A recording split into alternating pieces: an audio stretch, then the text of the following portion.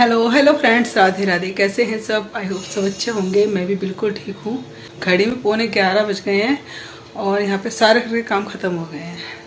बस चावल बनने की जिम्मेदारी मैंने विशाखा के ऊपर सौंप दी है, क्योंकि सुबह थोड़े से चावल बनाए थे इनके ले जाने के लिए। बस ये कई दिन हो गए ना पक्का हुआ खाते हुए, तो पेट ऐसे होते भारी भारी से। तो ज़्यादा टाइम तो आपको भी पता है कि जलती नहीं पक्की चीज़ें, तली भुनी चीज़ें, तो इसलिए अब बनाए राजमा चावल। वैसे तो कल की थी, ये कल बनाएंगे राजमा चावल। कोई नहीं, अब बना लिए हैं राजमा चावल। अब हल्का सा खाना खाएंगे। फिलहाल मेरी आंखें हो रही नींद के मारे भारी, मैं सोऊंगी। अब बहुत ज़बरदस्त नींद आ रही है। आज पता नहीं क्यों दवाई ले ली ना, इसलिए। और दवाई लेती तो मुझे घैल सी हो जाती है। तो चलिए मैं सोती हूँ, फिर उसके बाद मिलती हूँ। फाइनली मेरी नींद अब खुली है।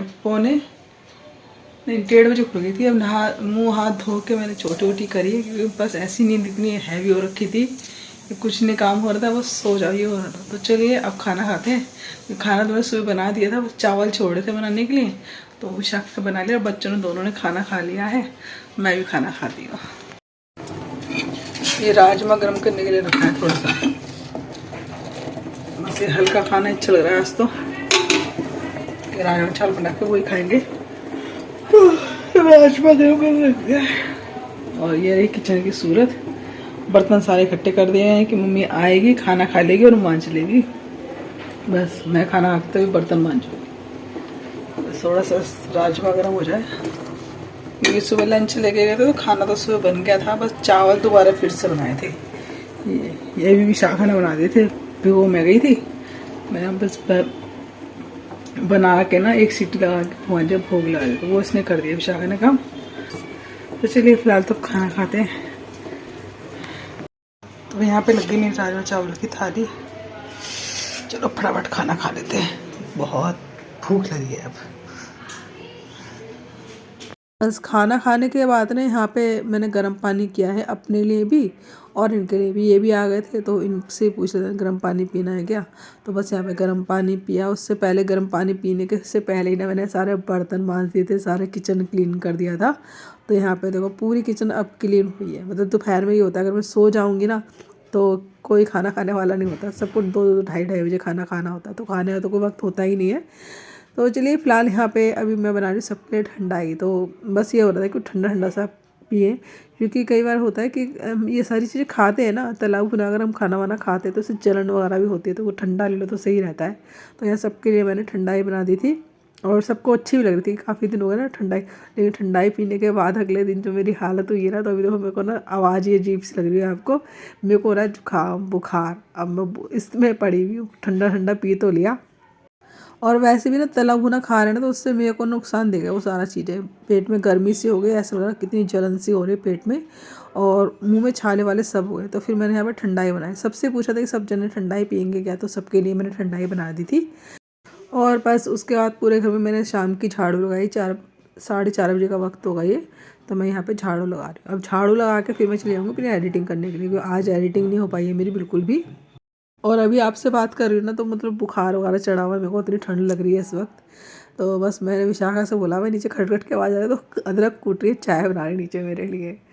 तो यहाँ पे बीच में बैठ के कर रही हूँ एडिट, आवाज़ डाल रही हूँ, क्योंकि चारों तरफ से ना आवाज़ इतनी आती है। दिन भर हमारे आवाज़ें आपको पाएंगे। अभी खटर खटर की आवाज़ आ रही है, वो अदरक कूट रही है नीचे।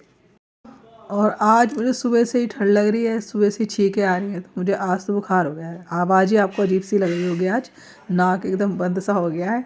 तो चलिए फ़िलहाल यहाँ पे आज भी मेरा दिन ना पूरा दिन बेकार ही गया है। थकावट, पता नहीं थकावट तो नहीं, बुखार उखार हो रखा है, जुकाम वगैरह, तो उसकी वजह से ठंड भी लग रही है। तो चलिए यहाँ पे मैंने लगा दी है शाम की झाड़ू।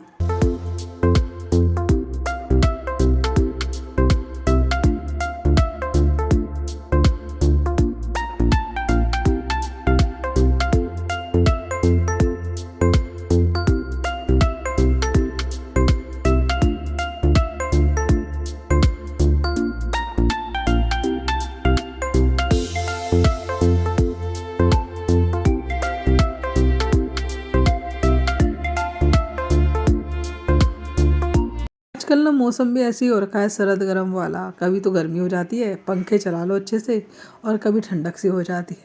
तो अभी होली वाले दिन तो बारिश हो गई थी शाम को, और उसके बाद ठंडक हो गई और सारे दिन पानी में भीगे रहे, तो उसकी वजह से और हालत ज़्यादा ख़राब हुई। वही सरद गर्म बैठ गया। जब भी मौसम में बदलाव आता है ना, तब ये हर घर में यही प्रॉब्लम होती है, किसी को सर्दी, किसी को जुकाम, किसी को बुखार।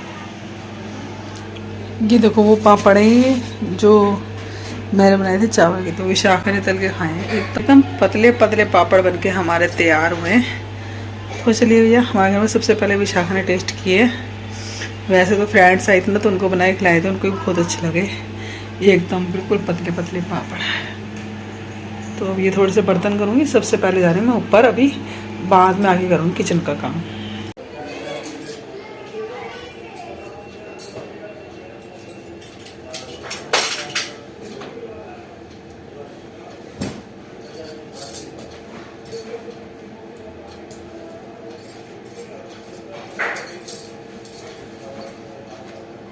तो यहाँ पे जितने भी कपड़े होते हैं सारे पोटली बन के आ जाते हैं नीचे, उनको एक जगह इकट्ठा करके रख देते हैं। पोटली से होता है कि सारे जगह बिखरे रहते हैं, एक बार एक कपड़े में, बड़े से में सारे कपड़े बांध के नीचे ले आते हैं। लाने भी आसान रहते हैं, और जहाँ भी रखते हैं ना इकट्ठे सिमटे हुए रखे रहते हैं, कोई दिक्कत नहीं होती। पोटली को उठा के अपने वहीं रखो पलंग पर, और अच्छे से कपड़ों को तय करके लगा दो अलमारी।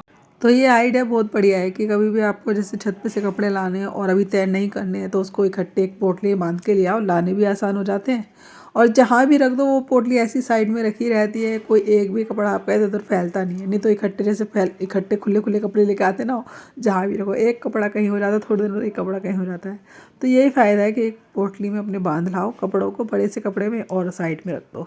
जब तय करना तब तय कर लो। अब यहाँ पे तो वो शाम को कर रही हूँ कपड़े तय। ये वो वाले कपड़े हैं जिनको पहन के हमने होलियाँ खेली थी। देखो सबके कपड़ों की हालत क्या हो गई है। सच में बहुत मज़ा आया। आपको तो मैंने म्यूज़िक हटा के वीडियो दिखाए थे, रियल में तो हमने इंजॉय करना, हमें पता है कितना मज़ा आया ना, सच में बहुत अच्छा लगा। तो फिलहाल तो यहाँ पे देखो कि जितने कपड़ों की हालत क्या हो रखी है, आपको दिख ही रहा होगा कितनी होली खेली है कल हमने। मैं वाकई में जब सब जने मिलकर इस तरह त्योहार बनाते हैं, वाकई में बहुत अच्छा लगता है, बहुत ही अच्छा लगा। त्योहार एकदम यादगार बन गया। जब भी उस वीडियो को देखते ना, स्माइल आ जाती है फेस पे। तो चलिए फिलहाल मैं यहाँ पे कपड़े तय करके नीचे आई हूँ, और नीचे आने के बाद यहाँ पे मैंने अपने लिए चाय बनाई और आटा करके तैयार रख दिया मैंने।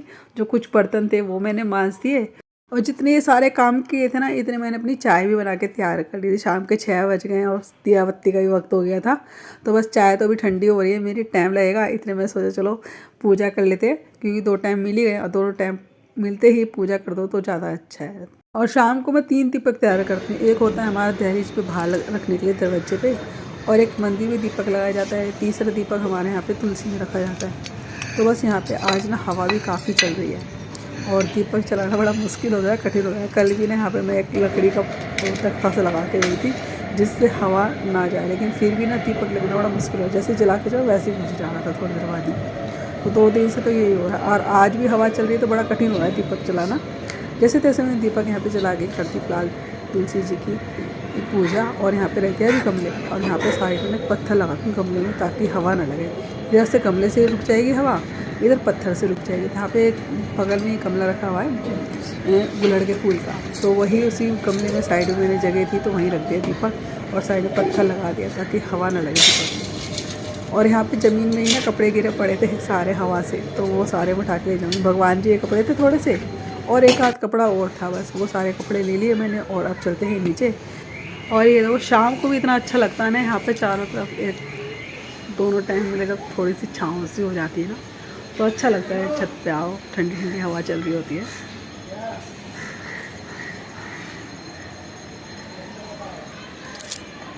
शाम के सभी काम हो गए हैं, और अब मैं पी लूँ चाय। ये देखो सभी काम निपटा, पूजा हो गई है, खाने की तैयारी हो गई है, और अब चाय पीऊँगी बस।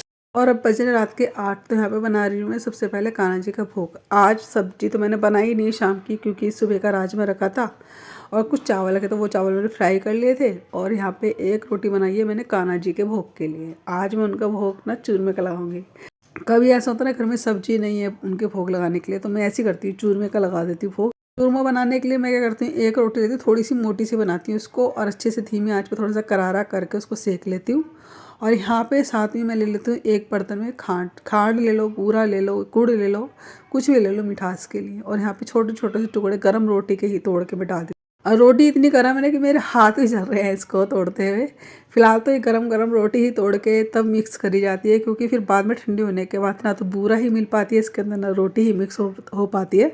अगर गरम गरम रोटी को आप चूर के जैसे चूरा बना दो उसके बूरा के अंदर और थोड़ा सा घी डाल दो साथ में, तो सच में बहुत ही टेस्टी चूरमा बन के तैयार होता है। सच में मज़ा आ जाता है इस चूरमे को खा के। और भगवान ही तो वैसे ही खुश हो जाते हैं, चूरमे का भोग लगा, उनका तो फेवरेट है चूरमा। तो बस यहाँ पे उनका कभी कभी इस तरह उनका फेवरेट हो जाता है और हमारा भी काम हो जाता है। सुबह की सब्जी रखे, चलो अपनी रोटियाँ सेक लेते हैं, क्या करें जब सब्जी नहीं होती। तो मैं इसी तरह उनका चूरमे का या कभी कभार दही से भोग लगा देती हूँ अगर हमें सब्जी नहीं होती। तो फिलहाल यहाँ पे देखो कितना बढ़िया हमारा कान्हा जी का चूरमा तैयार हो गया है। तो चलिए कान्हा जी को गर्मा गर्म मीठा मीठा घी डला हुआ चूरमा खिलाते हैं। और जब ये चूरमा बन के तैयार होता है, कान्हा जी भोग लगता है, तो इसका टेस्ट तो और बढ़ जाता है। घर में इतना ज़्यादा पसंद किया जाता है ना चूरमा, बहुत ज़्यादा। तो कई बार तो मैं आज तो क्या है कि मीठा मीठा चल रहा है, तो मैंने एक ही रोटी का बनाया, 2-3 रोटी का हट्टा बनाती हूँ। घर में सभी खुश होकर खा लेते हैं इसको। बच्चे मेरे दोनों ही बहुत पसंद करते हैं, मुझे भी अच्छा लगता है चूरमा रोटी के टुकड़े टूटे हुए का। वैसे तो चूरमा बनाने का दूसरा भी तरीका है कि आप पराठे बनाइए या फिर उसको वो लड्डू से बना के घी में तल लीजिए, पूरी बना लीजिए, फिर उसको उसमें मिक्सी में पीस के तब बूरा मिला लीजिए, फिर उसमें घी डालिए, इस तरह भी चूरमा बनता है। लेकिन ये चूरमा तुरंत ही बन जाता है, इसमें टाइम भी नहीं लगता और कान्हा जी का बढ़िया सा भोग लग जाता है। जब मर्जी बना लो इस चूरमे को।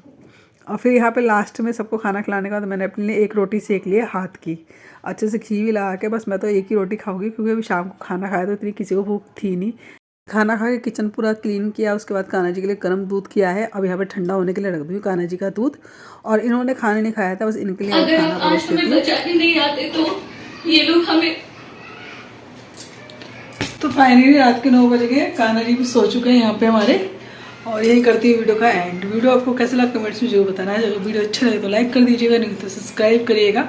वीडियो जो है शेयर करते। Tata bye bye, Radhe.